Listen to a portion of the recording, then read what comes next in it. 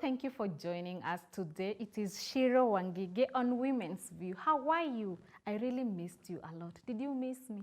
I'm so happy to be here, and always it's a very beautiful day when I'm here having something on the table for you. We always have something that you can learn from, you can be entertained, and you can carry home with. So today we are going to talk about fashion and design, and guess what?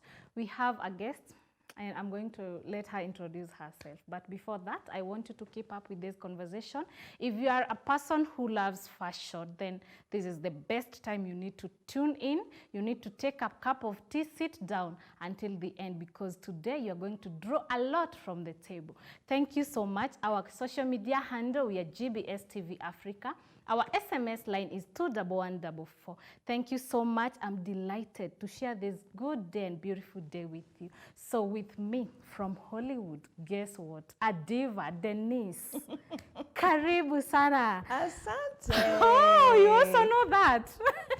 So kindly let my viewer know who you are, because it's lovely having you here. And thank you so much for accepting our invite. Oh, I'm honored. Thank you. I'm absolutely honored for your audience. Yeah. My name is Denise Gordon, and I am a fashion designer based in Los Angeles.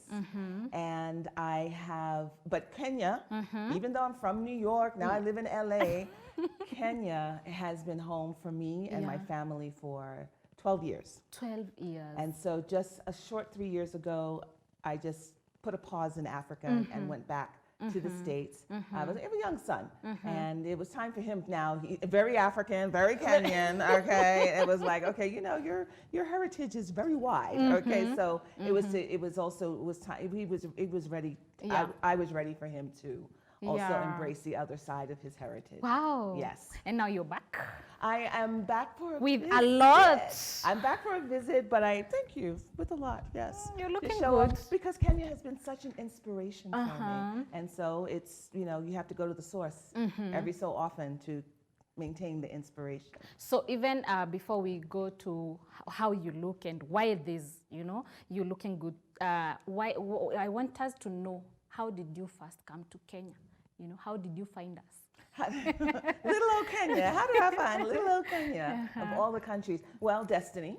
Okay, the universe brought me here via a volunteer program called Crossroads, Operation Crossroads Africa, and the idea of the program was to expose youth from the United States to Africa. Yeah. And so I came to get exposed.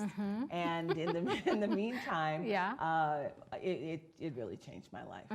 And it oriented my life to really pursue a career, a lifestyle in Africa. So I've actually lived here meaning the continent, for 30 years, 12 of which have been in Kenya. And I raised my family here, which was also a dream of mine. I've always wanted to raise my child in Africa. Are you serious? I'm serious. I really wanted to do that because I loved, you know, the African students that I met in the States and who I went to school with. They were just different. You know, they were just so different and just so self-assured and confident. And you know, there isn't a question of who they are. They know who they are. Whether other people don't know who they are, it doesn't matter. Yeah. They know who they are, and I wanted that for my son. Wow. And you got it? Oh yeah. Oh, you saw this young man. Yes, yeah, I got it. I got more than I bargained for. But yes, I got it. Wow. I got it. Wow, that's so nice. And now we come to your fashion. Yes.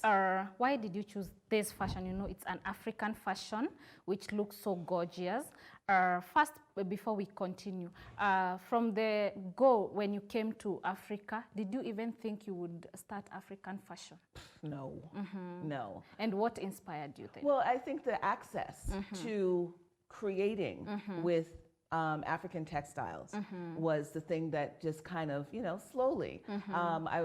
As I was sharing, you know, I started in my journey in Africa, in West Africa, in Senegal and Mali.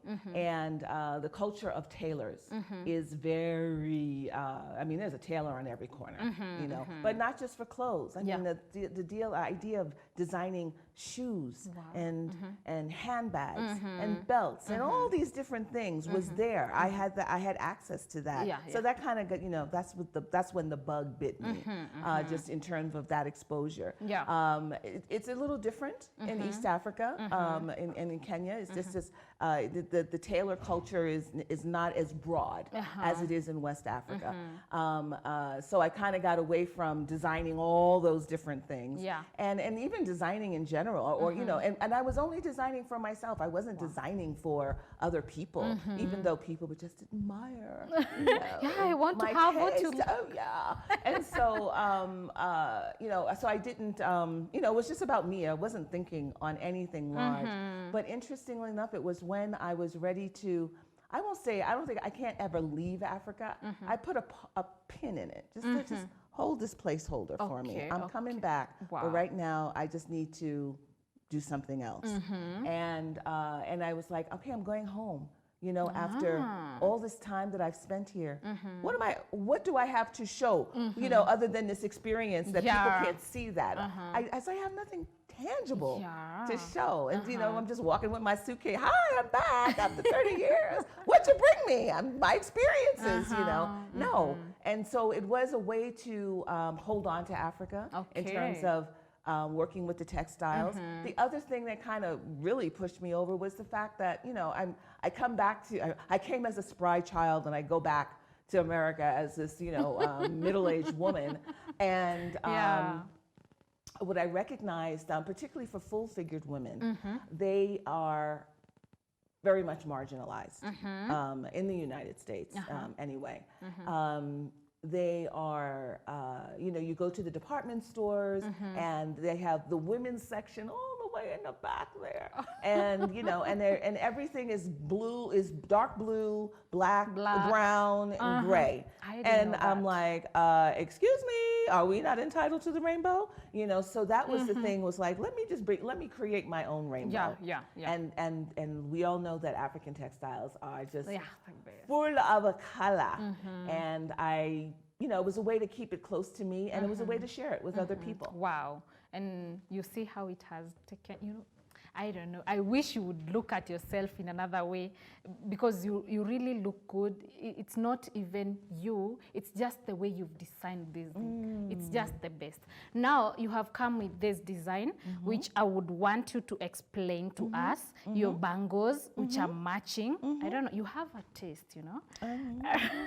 I've been told.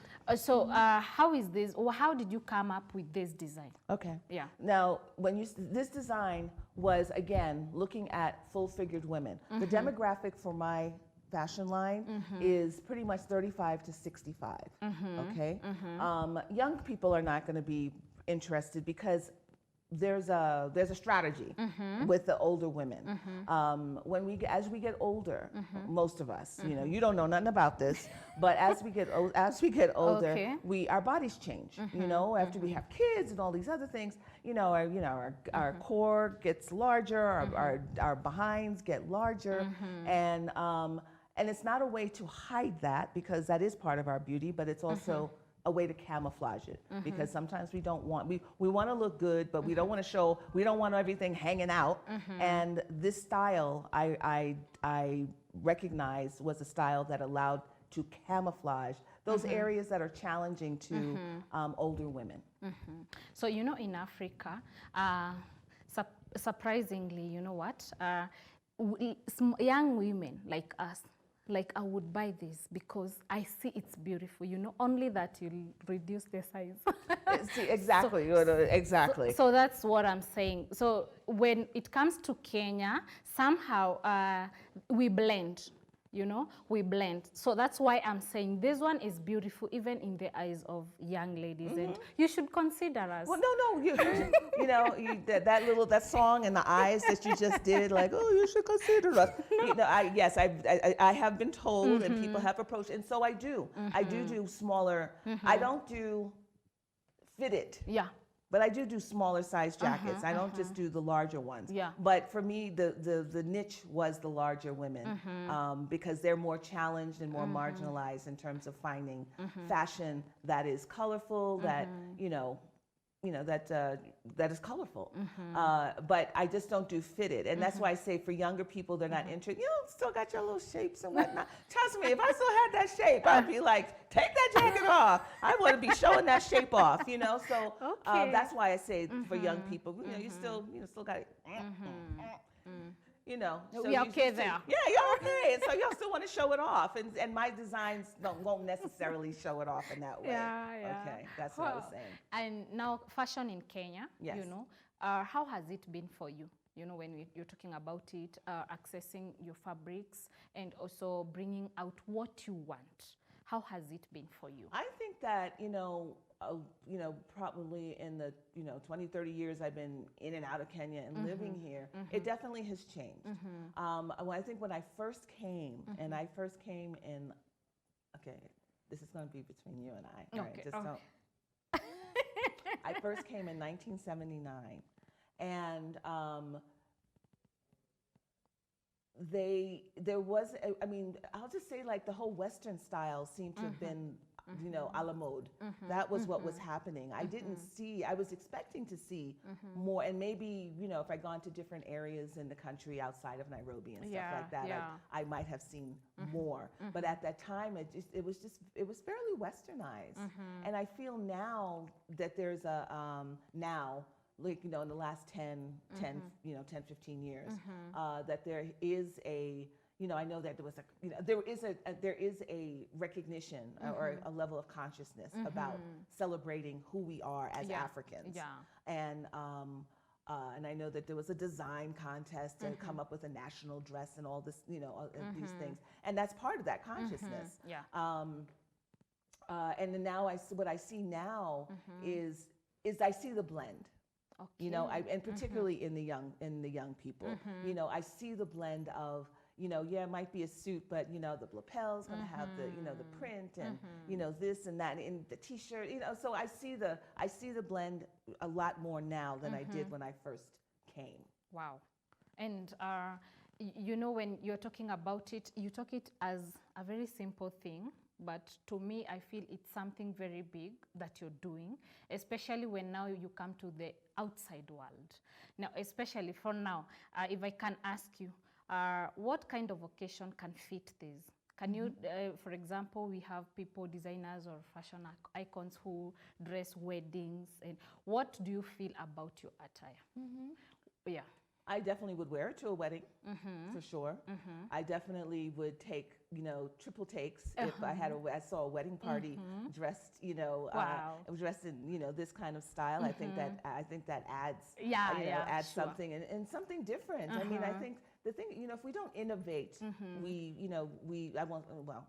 used to say, when we innovate, we die, but it's true. There has to be a level of evolution that happens. Yes, yeah. You can't keep doing things the same way, or else, we just basically don't grow anymore.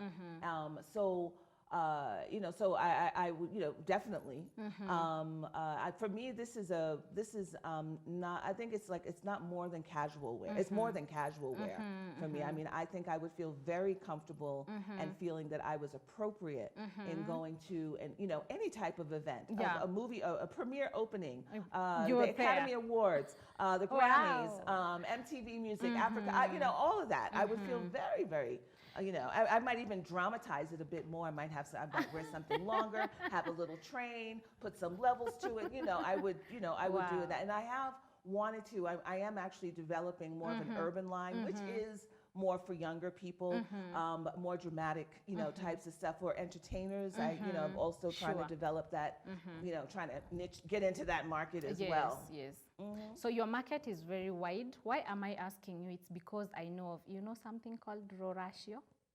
I've heard of it. I've heard of it. Rorashio is African dowry payment. Okay. That's how we call it. And most of them like this kind of attire, where we take our African aspect in our occasion. Yes. So that's why I'm telling you, or I was asking you, do you mind, dressing a person? Because I feel this is just fit, especially for how you're explaining it, well-built ladies. Are hiding what they don't want being seen, as you're saying, and most of them would take this fashion, because one, it's unique. Again, I can see it has both sides. Does it? It is reversible. Yes. So, party on one side and, let's go to the office on the other. So I'm from office, I don't need to go back home. Oh, no. You call me for a party, I just... Tayari. Niko tayari. And you just, and then the other thing that I totally love about it is it's the styling. That's the thing that makes it you. So literally, if you did have a party, like an after work event, there is a side, there's a side that that's a bit more subtle, that you wouldn't be standing out in the office so much, and then when you're ready, put some of the earrings on, put that belt on, and just, hit the road. Wow, so let's read some comment. Someone is asking me, wow, what a beautiful lady you have on show. And kindly ask her, I'm also on fashion and have had a bit of challenges. What has been your worst challenge in fashion? I would say that I have everything I've done up until now, and I would say that it's been pretty much a good solid 3 years of trying this. I spent a good 2 years just to get validation. I was like, will people really like this? Will they really buy this? And I would be shocked when people would buy my stuff. Wow. I would be so shocked. I mean, and I underpriced it, the whole thing, because I just didn't have the confidence that people would be interested. Yeah. But once I understood, how long can you validate? I'm not going to validate for 5 years. Okay, the 2 years was enough. Then I was like, okay, if you're going to do this, Denise, you got to do it seriously. Wow. So I got registered, paying taxes, the whole shebang. Yeah. And so taking yourself seriously. So I think a lot of things we start out as a by the way, and I'm good at this and whatnot. But there has to be a point if you want to progress. Yeah. Or be recognized, that you have to take it seriously. There's a level of you having to come and be a bit more formal about it. Sure. I would say the biggest challenge that I have now is that, I'm a solopreneur. It's me, dealing with everything. Yeah. And I am ready to grow my team. And the team, part of that team is, the finances. I have to stay up on the fact of, is this viable? Am I making money? How much money am I really making? And having a formal system of tracking that.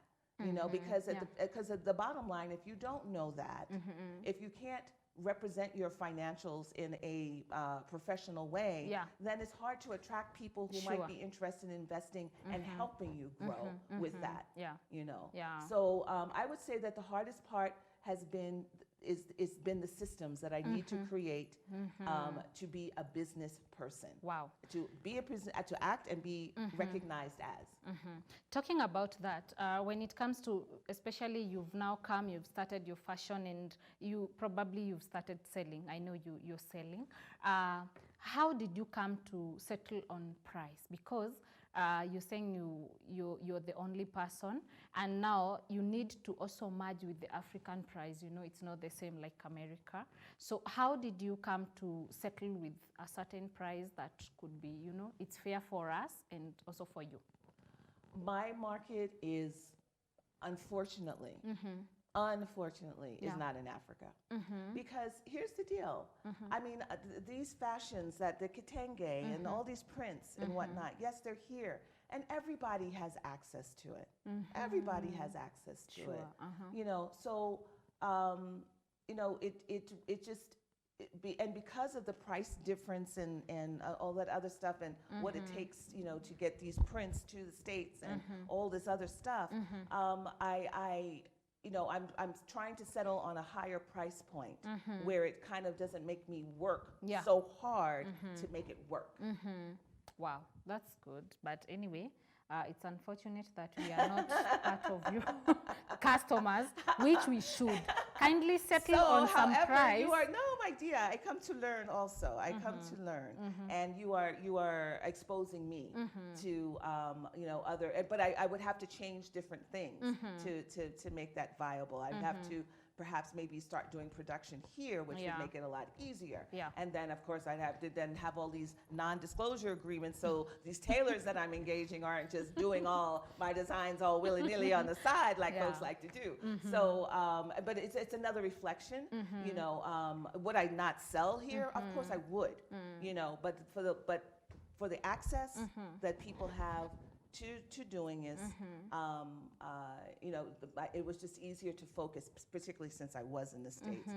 And that's where the dearth of people not having access is. And so it kind of just made sense. That's where I started. It's not where I'm going to end. Yeah, but you're coming here. Yes. We are waiting, now that you're here. I'm here. So that I really want to see your attire in full because you're seated. We can't see how she looks because, I've looked at her, she's gorgeous. And we'll bring someone here who'll model and show us, how this thing looks. Because it's better, when a person is standing than yenye tu munaona. Okay, so let us have someone come and let us see what this in fullness of this very sweet design. So, wow, this design looks so nice. So Denise, kindly tell us, let us know what's this, how did you come up with this? Okay. Yeah. So as you see, this is modeled by the illustrious Queen Mother Dashanaba. You can see that when she's looking straight on, you can see that the back of the outfit is longer than in the front, and this is called high-low. It's higher in the front and lower in the back. Okay, and what I found was, and again, given what my market is, for middle-aged women who are challenged, not like she ain't challenged at all, but who are challenged in that regard in terms of our core and our posterior. This is a style that camouflages those changes that we have in our body. Okay, so that's how, and that's the design, the one design that I have for this thing, for this fashion line. So what I do is play with the sleeves. Okay, I will either have them like this is a 3/4 sleeve, which I've just cuffed, or you can have it uncuffed, or I'll add a collar, or there's some don't have a collar, or they have a bell sleeve like you see on mine, or something that's very office appropriate, as she's wearing. Wow. All of them have pockets, and all of them are 2 looks in one. Wow. And pockets on both sides. Wow. But the thing that I absolutely love about this is that you can make it your own based on your own creativity and styling. You have a belt, you have a scarf, you have a necklace. You put those things together and bam, it looks like a completely different outfit. Wow. And the collar, you can fold it better. The collar can the go way down. You want. So this I would wear this to the office. I don't know, a lot of people wouldn't, but I would wear this to the office. And probably I would have it with the collar down. And I would have it with the belt, or maybe not the belt. I would just find a way to just kind of like, make it a bit more streamlined. But the way she's wearing it now, I would totally wear that to the office. Wow. That's so nice. Maybe we should see the other side, with the pockets too, because just the essence of it having both sides, it makes even life easier. I'm from the office and I want to pass to a friend. I want to drop by something or rather have some dinner somewhere. Have a date. Yeah. Then I can just change. So I really would want to see the other side. Yes. Yeah. Okay. Because it looks very perfect, Wow, what a design. Yeah, so let's see the other side. Okay.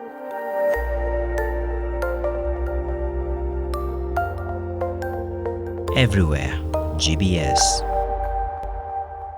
Wow, So now this is the other side. This is the other side of the same outfit that you saw, the blue and white. And you too, you know, we are not forgetting. Yes, Viewer, she has also done something with herself, but let's first concentrate on her. Exactly. Wow.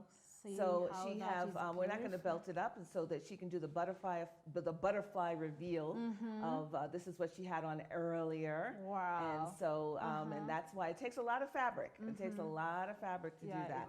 And so what I was talking about, they all have pockets, which is, you know, our fave. And so even in terms of styling, you can we can take the cuffs, we can turn up the cuffs. Turn it that way, yeah. You can fold up the cuffs just to give a little peekaboo what's on the other side. You can also fold back the lapel of the front jacket, and that you're also doing a little peekaboo of what's inside. And it just gives another flavor. Like I said, we have a collar, and so we can always pop the collar. Sure, I'm sure that's a song, Pop the Collar. Wow. I love doing that, and I love popping some collars. And that gives us another, you know, just another idea and another vibe to the same outfit. And now you see, I love the way this one will even work for every occasion, especially party time. You know, this is the best thing to take. And just to say, you like it high-low. Yeah, and now we want to know, what can we put inside? What can go with these trousers? What else can we put? Exactly. I mean, you know, some people say that I don't need anything underneath. Okay, woohoo to those people. Yes, you know, but for all of us who are not that lucky, you know, some leggings, even a long skirt gives it another vibe. Really formalizes it a lot. Pants, of course, and particularly if you can pop any of the colors that are in the jacket that you're wearing. It's amazing when you're able to pop it with some jewelry or with the pants or something. Love it. Wow. It really makes a difference. It's real funky. Thank you so much, Dr. King. Thank That's nice. you. Thank you. Wow. I really love the way it looks. Yes. Wow. And, you know, and let me just also back up into something that you said, because it was a recent collaboration in terms of the availability in Kenya. Queen Mother Speaks, which is a platform that is hosted by Dr. King. Yeah. They are opening up an online product sales marketplace, and my fashions will be available in that marketplace. Wow, that's so nice. And also the way you are incorporating with others also to sell what you have. And viewer, this is now Denise on the, you know, she had her other side of... I had this side. Yeah, was a bit yellow, yes, you know. Yes. Now see how it blends, you see. When she changes to the other side, still it works for her. And for every occasion, this one is good. So especially, I really love this attire because, you know, it's bringing out, it can give you two choices, because if I'm in an office and I want to go somewhere else, people will not just say, I have one cloth. Right. It's an investment. It's an investment, so more bang for your buck. Yeah, so I don't have to buy like 3. You know, I just need one or just rather 2 if I want different colors. Exactly. And it's good. And I also do, I also do vests, so no sleeves, and I do at various lengths, you know, to the thighs or floor length, you know, and that's more casual wear. Yeah. Wow, that is so nice. So coming to that, we would want to know how far do you want to take this fashion, or what are we expecting from you? How far do I want to take it? Yeah. No, I'm, you know, I still feel I'm in the beginning stages of it, and so I do want to go far, and I'm thinking of different ways to innovate. I won't be with, you know, high-low only forever.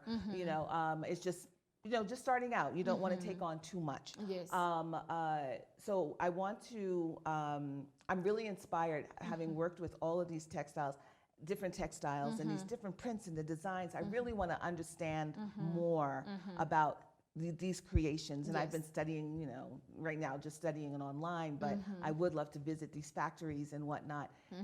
The possibility of introducing my own design into a print. I've actually been in touch with certain production houses in India as well, in terms of my son is an artist, and you know, he actually created a design that people went crazy over. And you know, so now I have samples of it in silk and this and that and that. So I would love to create my own designs, patterns and whatnot. I would love to serve and be more. We are in the process of developing Missouri urban, and that the idea of that is more streetwear, but you know, just with that African touch. Yeah, yeah. Exactly. As Denise, and you having this, would you want to work with people from Kenya, you know, who are designers too, and they also have their fashion to blend in something like that? Absolutely. I mean, here's the deal, and you were talking about tips. One of the things, and this is not just a tip about fashion, this is life, is that we you know, yeah, right, we might be, you know, born alone, but it is in the community, in a network, is that you have to network. You have to, that's how you learn, is from other people. That was how I learned how to price my stuff. Part of it was, okay, what are my inputs, and you know, making sure that's covered, but it was also, what is in this particular market, what is available to be, what are people willing to spend. I remember I went into a store, and I was offering a consignment, so allowing the store to sell in their shop because they have a lot of traffic, and they have a certain clientele that I thought would find appealing, and the store owner thought it would be appealing also. And I, you know, I said, oh, this item is, you know, $25. And she's like, are you kidding? Are you serious? You know, and she was nice about it. She goes, you know, you can sell it much more than that. And then I learned about what they were selling it at, you know, and I was like, okay, cool, I get it. But there is a way, you know, pricing is a you know, it's not an art, but it is a technical skill. You know, there's ways to, you know, technically indicate you know, how much for you should example, spend. if you have a shop and you have these beautiful clothes there, and then I see you, I'll hesitate from coming because probably the prices are high. That is why I was really asking whether you will mind maybe working with people from Kenya, because they also help you to go all the way to reach out to every person. And again, this attire might also blend in with a very nice trouser of the same. So exactly. Yeah. So if it's like this, you can make a trouser of color black, plain, you know, and then it blends well. So we are really looking towards a lot. Now it's interesting that you say that, and just one kind of angle, because yes, the short answer to your question, absolutely yes. I would love to work with local designers. Absolutely would love to. Now the thing though, and you kind of said it in the tail end of your sentence, in terms of reaching everybody. Yes. There's a level of, I will say, exclusivity that, you know, but right now it is an exclusive design. So maybe this design necessarily, but the other stuff that I can develop thereafter, that I am more conscious of the costs of the inputs that I'm putting in, and things like that. Sure. You know, that might be the one that's for everybody. You know, but I would love to, and it's so funny that you say that, because as I'm trying to figure it out, I don't have it all figured out. But as I'm trying to figure it out, when I first started, this is all I had. I just had my items. Now I said, I don't want people to come in to my little niche of where I'm selling and feel that, oh, well, there's nothing here for me, because that is out of reach for me. I don't want them to feel that way. And so what I have done now is I brought in some jewelry. You know, I bought in, you know, different types of accessories so that somebody can leave with something. Everybody gets something. Yes, everybody can get something. When it comes to fashion, sometimes it's very challenging to people who want to start here or even outside. Kindly give them some tips on how to start in fashion. What do they need to know? What do they need to have? What do they need to know? I think you're not creating something that's never, ever been created before, okay? There are different types of fashion, not just houses, but there's a fashion society and I forget there is a real formal name to it, but there are different types of networks that are there just for people like you who are just starting, you know? I would say definitely tap into those networks and of information. Okay, so there's no sense in beating your head and trying to reinvent the wheel. The wheel, it's the wheel, okay? Yeah, so sure. you could get on that and invent something else because the wheel has been done. The other thing is listen to your clientele. This did not start like this. Yeah. It didn't start reversible. It started with a jacket, and the person that I was working with, she lined it so perfectly with another fabric. I said, "Is this reversible?" And she's like, "No, it doesn't have it's no in the sleeve." I was like, "The next one will," you know. Yeah. And then you know, then someone said, "See, I spend so much time here." Someone, a friend of mine in the States, like, "Girl, you know, make pockets for mine. You know, we love pockets." I didn't know people like pockets. I really didn't. You know, and so now I put pockets in all of them. Okay. You know, the other love these burlaps, you'll call them laptop bags and stuff like that. You know, someone said, "Oh, you're going to the States? Here, you know, we sell them in the States." And I looked at it, and it had a traditional kitenge little medallion on it and whatnot. And I was like, why am I selling, first of all, why am I selling her stuff? Why am I not, with all the scraps that I have, the remnants that I have over, why am I not making my own little purses? And if you, I don't know, you might not have noticed the clutch that Dr. King was wearing. That is part of the accessories that I do provide. Now, everybody's not matchy-matchy, you know, and so I wound up not, you know, having so many left over because I was like, no, I don't need a match. This is enough right here. So, network, tap into the associations, like the fashion associations. There are that I know people personally that are, you know, leading them and are engaged in them. Tap into that information. Understand the business side, you know, because if you don't know how to price, if you don't understand where the money is going, if you don't understand that you are or are not making money, you know, you're not going to last long. You're not going to last long. Network, and talk, and talk. Yes. That's so nice. And we would really want to know, who would you want to dress? Given a chance, dress and work for, you know, or work with. I think I would totally start with TV hostesses. I would start with dressing TV hostesses, you know. I would really, you know, people that have a platform, that has an audience, you know, that are here being seen every day. I want to start with dressing them. Wow. Okay. You know, but of course I do have I have the other celebrities. It's like, you know, Oprah has the Midas touch, you know. You know, I give her one jacket and, you know, 500 people will order it, and then I'll be like, you know, overwhelmed, and I'll have a heart attack and, you know, keel over. But I do visually see Oprah, you know, and a number of celebrities who do have a, you know, who shared their Pan-African, you know, interests. I would love to dress our First Lady of the United States, Dr. Jill Biden. You know, I could see her, she's so open, and I can see her, I'm just seeing this you know, this touch of color, more color, you know, probably more color than she's used to wearing or comfortable wearing. But I would see her openness. I can see her openness to doing that, as well as, you know, other members of Congress and, you know, their wives, you know, the female senators and whatnot, and Congress people.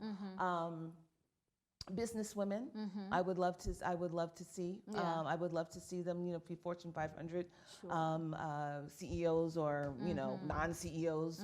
I would just love to see that. And let me understand. Let me share with you. One of the things that I've learned is that, okay, Denise, you're into color. Everybody's not into color. Okay. There are people who are afraid of color, and part of it is because when you're wearing color, it draws attention to yourself, and everybody doesn't want that attention. I'm a performer, so I don't mind. You know, I don't mind. I don't mind. You know, and I do want to be the focus if I'm on stage, right? But let me just tell you a very short story. I was in Washington D.C. And I was around the seat of power, meaning I was around the Capitol and you know where you know the aides to Congress people and all the, you know this is they were moving and grooving on that same street. So I'm always doing a touch of Africa, and you know I'm walking down the street, and I just kind of noticed everyone who was walking by me. They were wearing a blue suit, a black suit, and a gray suit. I mean, I was the only person on the street with color. You know, it was crazy. I was like, wow. You know, and but that's the nature of politics or the you know government power or whatnot is a level of conservatism. So I get that, but it was just like I was in a sea of gray and blue suits, men and women alike. You know, so I was like, whoa, okay. So I get it. There's a place for everything. You know, and not to say that. This is appropriate for everywhere, but I would wear it everywhere. Wow. You've been in Africa for over 12 years? I've been in Kenya, but 30 years in Africa. Okay. Different countries. Have you tasted African food? I got a little story about that too. I have tasted African food. I have tasted the staples that keep the food economy of Kenya going. And I was never super interested. But people weren't, maybe I wasn't patient or maybe people weren't patient with me. There's, you know, okay, so ugali is there, right? And what I learned is there, but it's like, it's about the sauce that goes with it that makes it so, right? So I'm at a conference, okay? And this is at the coast. I'm at a conference. And they have ugali for lunch. And I'm like, okay. And they had, you know, the coast and the coconut and all these nice little. So the sauce was kind of cool and the fish was wow. And they had the ugali and I was mixed. I was like, oh, this is good. This is good. Oh my God. I was like going for seconds. Oh, this ugali is good. Why don't tell me about it? Why is this so good? Child. After that lunch, and we had to go to the afternoon session. Nobody told me that you really shouldn't be eating a lot of ugali for lunch. I was pinching myself to stay awake. I was like, please don't fall asleep on this person. I wanted to just die. I wanted to just crawl in the bed and just go to sleep because I had eaten so much ugali. I had eaten so much ugali. So, yeah, no one told me about that. So, yeah, I am familiar with some of the delicacies. But it was sweet. Ooh, it was so good. It was so good. Someone is asking me, ask Denise, have you tried mutura? The common mutura, you know what that is? I do not. So what is mutura? Mutura. How do Not that sausage. Is it that sausage? Is it that thing? The sausage, the blood, you take you have the skin and then you put other stuff. Oh, is it that? I don't know what that is. That has a name too, but that didn't look appealing. You should walk around along those streets and then try some food. You know those ones like the way you try. Back up to mutura. Back up to mutura. What is mutura? Oh my God. Viewer, what is mutura? Someone help me. So mutura is I don't want to explain it. Okay. But just know okay, I'll look for it. Yeah, just look for it and eat towards when you're going on your way going home. Okay. Yes. All right. Anyway, it's a wow. And it's nice that you tried ugali. I'm a world traveler. I will try. I can't say, oh, I don't like it if I don't try. How do you know I don't like it? I don't try it. Sure. Thank you so much, Denise, for being here. It's a pleasure. We're done? Yeah. What, girl? You know. We were just like, you know. I know time runs so fast and it's almost an hour and we can't end this conversation here. I think we should go take put mutura. A pin in it. We'll just put a pin.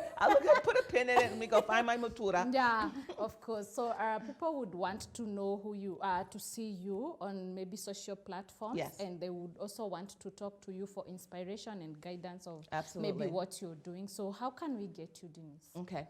You can find me on Facebook and Instagram, Mimi Zuri Designs. Mimi Zuri Designs. Mimi Zuri Designs. You can inbox me from any of those platforms if you want to. If you have a question or you want to further a conversation. As I said earlier, I'm starting a collaboration with Queen Mother Speaks, and that's already an established platform. So you can always direct questions there as well, and given our relationship, I will get the information and get back to you. So Mimi Zuri Designs and Queen Mother Speaks. Wow. You can find Mimi Thank you Zuri. so much. We really appreciate your time here and you sharing with us this beautiful, everything you had was beautiful. So viewer, we have come to the end of this conversation. And I'm glad that you tuned in. I hope there's something that you've taken home, you've learned.